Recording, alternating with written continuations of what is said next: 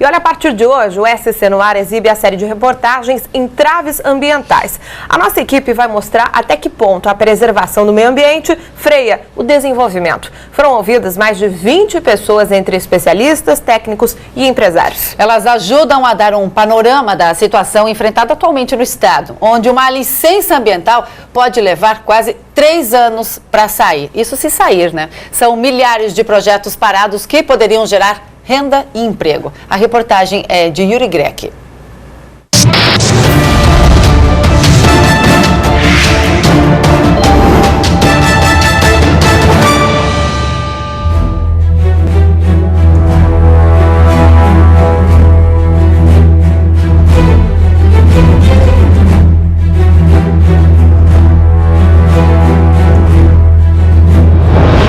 Neste ano, a economia catarinense já fechou 8.000 postos de trabalho.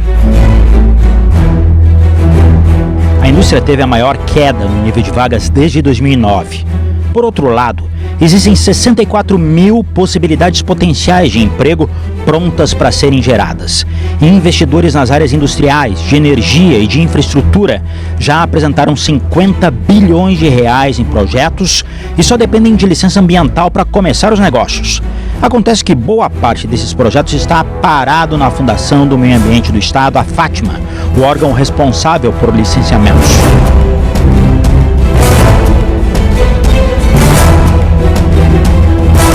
É perto desse número, 50 bilhões. Nós temos hoje perto de 7.800 processos na Fátima que estão atrasados. Só na área energética, os pedidos para a instalação de pequenas centrais hidrelétricas e parques eólicos somam 12 bilhões de reais parados por causa da burocracia. E o setor produtivo depende desesperadamente dessa energia para poder crescer. O apagão energético só não aconteceu porque a economia travou. Se no ano passado a indústria não tivesse caído, porque a indústria teve um PIB negativo no ano passado, né? Se não houvesse a queda da indústria, teria faltado energia elétrica. Nós nos salvamos do racionamento nesse final do ano passado, começo desse ano, fruto da recessão da indústria. As questões ambientais ligadas ao desenvolvimento viraram um complexo jogo de interesses que fragiliza a economia. Os empresários se sentem acuados e não sem razão. Eles costumam ser vistos como os agressores que não se importam com a natureza.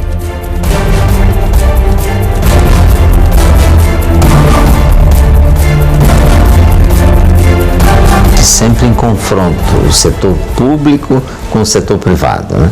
Parte-se do pressuposto que o setor privado sempre quer tirar vantagem e por isso precisa ter cautela excessiva, uma burocracia exasperante e o que obriga o empreendedor a esperar em média 30 meses, 28 meses para ter um licenciamento ambiental simples.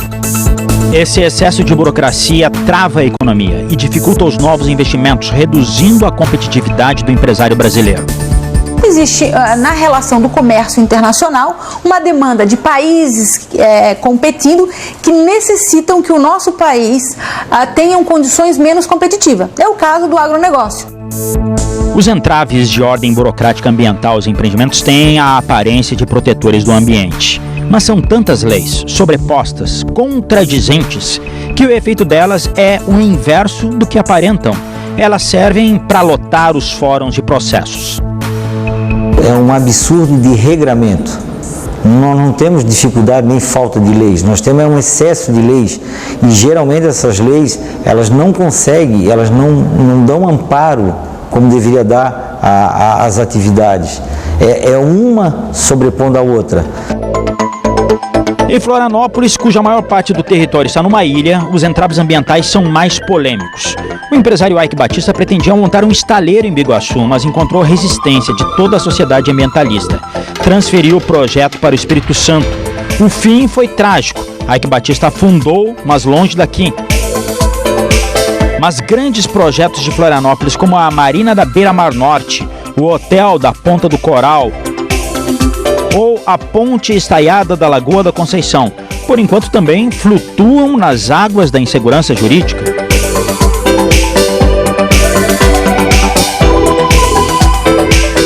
essa falta de clareza em relação ao que é e o que não é área protegida, o que é e o que não é área edificável, ela inclusive depois encontra a própria proteção das áreas. Porque quando não há uma definição objetiva, tudo pode ser APP, tudo pode ser terra de marinha, quem protege tudo não protege nada.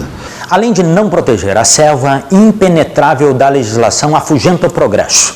A Confederação Nacional da Indústria calcula que existam 27 mil leis regrando o meio ambiente no Brasil, entre a legislação federal, municipal e estadual. Isso cria um ambiente de insegurança jurídica que torna os projetos muito mais caros do que seria razoável.